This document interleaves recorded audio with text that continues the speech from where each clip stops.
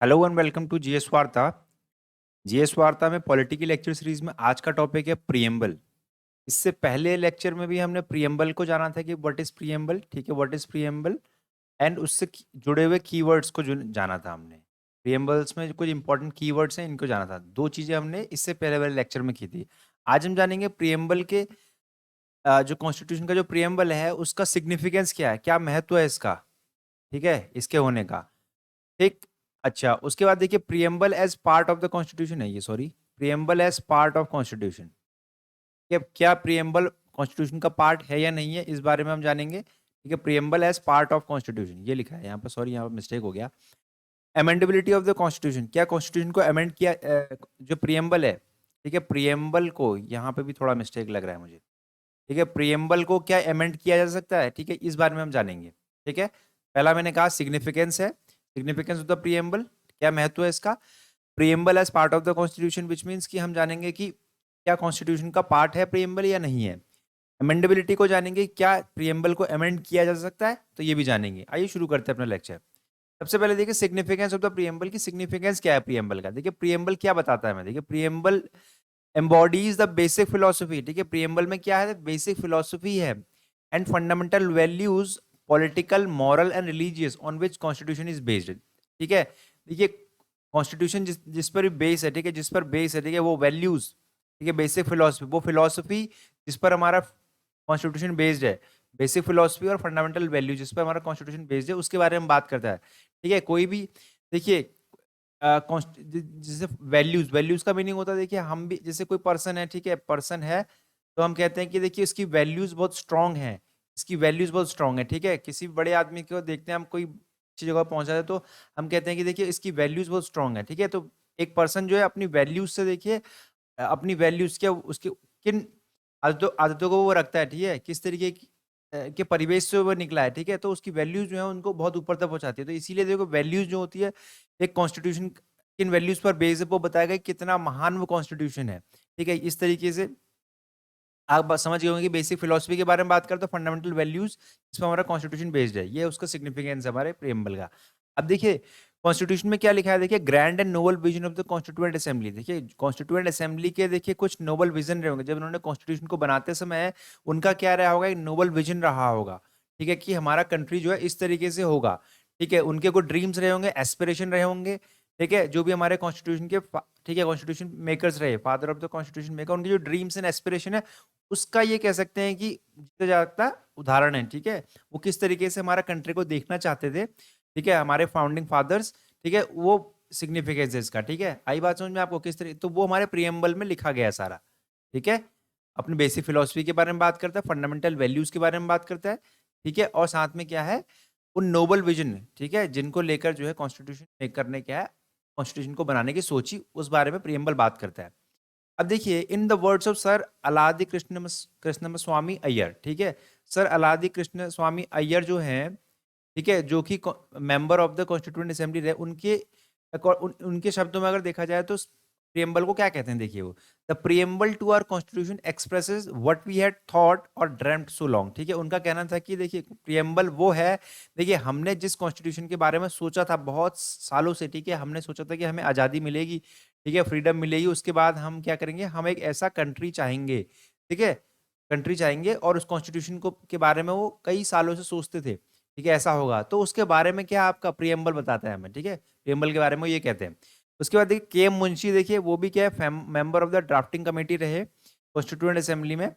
ठीक है, उनका कहना था कि preamble is the horoscope of our sovereign democratic republic. ठीक है, वो हॉरोस्कोप कहते हैं उसको, ठीक है, हॉरोस्कोप भविष्य, ठीक है, भविष्य फल कह सकते हैं हम इसको, भविष्यफल या राशिफल जैसे जैसे हम जानते हैं हिंदी में से भविष्य के बारे में। ठीक है, ये हमारे क्या है, हमारे सॉवरन डेमोक्रेटिक रिपब्लिक कंट्री का क्या है, हॉरोस्कोप के बारे में उसको कहते हैं, हॉरोस्कोप कहते हैं के एम मुंशी जी।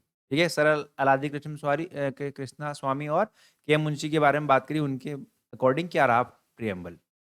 उसके बाद देखिए preamble as part of the constitution, देखिए क्या preamble part of the constitution है या नहीं है, तो हम जानते हैं कि है या नहीं है। देखिए देखिए 1960 में केस आया बेरूबरी यूनियन केस, तो उसमें देखिए Supreme Court said that preamble show the general purpose behind the several provision of the constitution and is thus a key to the minds of the maker of the constitution. अब देखिए ये कहते हैं Berubari union case में Supreme Court कहती है कि constitution में सेवरल कई सारे क्या प्रोविजंस हैं, सेवरल प्रोविजंस हैं। अगर मान लीजिए कुछ भी इनको समझने में कोई दिक्कत हो, ठीक है, कोई भी दिक्कत हो अगर इन प्रोविजन को समझने में, ठीक है, इनसे अगर कोई मान लीजिए कंक्लूजन नहीं निकल पा रहा हो, तो देखिए उसका पर्पस क्या रहा, उसका पर्पस क्या रहा, उस प्रोविजन को बनाने का पर्पस क्या रहा। जनरल पर्पस जो है ना हमारा प्रियम्बल बताएगा, ठीक है, क्योंकि प्रियम्बल जो है वो जनरल पर्पस बताएगा हमारा क्या, उन प्रोविजंस को रखने का, ठीक है, वो प्रोविजंस क्यों रखे गए हमारे कॉन्स्टिट्यूशन में, तो पर्पस बताएगा, ठीक है। इसीलिए क्या है कि अगर हमने कॉन्स्टिट्यूशन मेकर के माइंड को पढ़ना है तो हम क्या करेंगे, प्रियम्बल को पढ़ लें, तो हम कॉन्स्टिट्यूशन मेकर क्या चाहते हैं वो भी हम समझ जाएंगे, ये कहना चाहते हैं, ठीक है, सुप्रीम कोर्ट।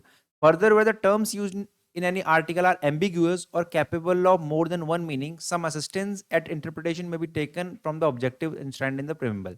देखिए फिर कहा जाता है कि देखिए अगर मान लीजिए कॉन्स्टिट्यूशन के किसी भी आर्टिकल में अगर मान लीजिए एम्बिग्यूटी हो, एम्बिग्यूटी मीन्स कंफ्यूजन हो अगर उसको लेके, ठीक है, कि इसका मीनिंग क्या कहना चाह रहे होंगे हमारे कॉन्स्टिट्यूशन मेकर, ठीक है, क्या मीनिंग है, और ऐसा हो कि कोई अगर कोई प्रोविजन हो कॉन्स्टिट्यूशन में उसके दो मीनिंग निकल रहे हो, उसके सपोज मान लीजिए उसका मीनिंग नहीं समझ में आ रहा होगा, दो मीनिंग निकल रहे हैं, तो हम क्या कर सकते हैं उसके इंटरप्रिटेशन को लेकर, ठीक है, कॉन्स्टिट्यूशन के उस प्रोविजन को लेकर या उस आर्टिकल में अगर कोई इंटरप्रिटेशन में अगर दिक्कत हो तो हम थोड़ी हेल्प कहाँ से ले सकते हैं, assistance can be taken from objective, preamble का जो ऑब्जेक्टिव वहां से ले सकते हैं कि इसका क्या मीनिंग रहा होगा, ठीक है, ये हेल्प करेगा, प्रियम्बल हमें समझने में हेल्प करेगा कि इसका क्या एक्चुअल मीनिंग रहा होगा। कॉन्स्टिट्यूशन मेकर जब कॉन्स्टिट्यूशन बना रहे थे तो उस ठीक है उस आर्टिकल को रखने को लेकर, ठीक है, आर्टिकल को रखा है तो उसका क्या वो चाह रहे होंगे कि इस आर्टिकल को लेकर, ठीक है, उसका मीनिंग क्या निकलना चाहिए।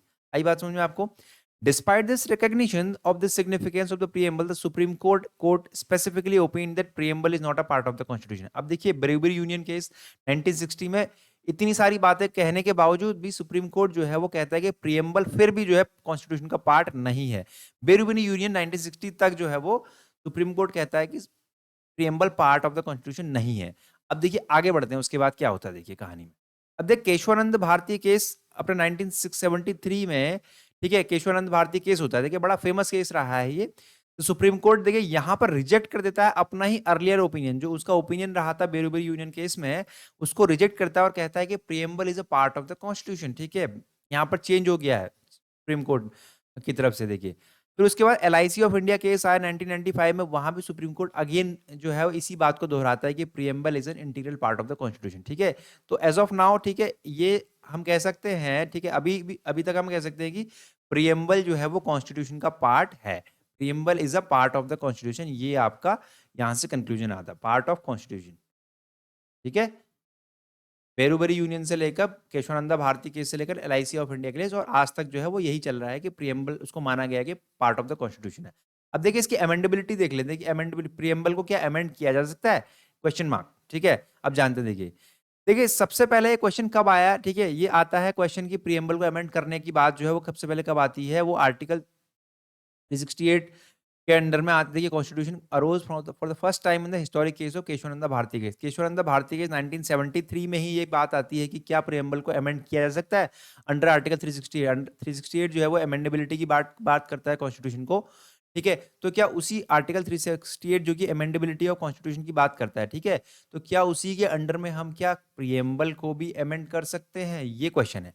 ये इस कब आता है, केशवानंदा भारती केस में क्वेश्चन निकल के आता है। उसके बाद देखिएगा सुप्रीम कोर्ट क्या कहता है यहाँ पर। Supreme court held that preamble is a part of the constitution, जो अभी थोड़ी देर पहले बताया कि केशवानंद भारती केस में सुप्रीम कोर्ट ने माना कि प्रियम्बल जो है प्रियम्बल कॉन्स्टिट्यूशन का पार्ट है।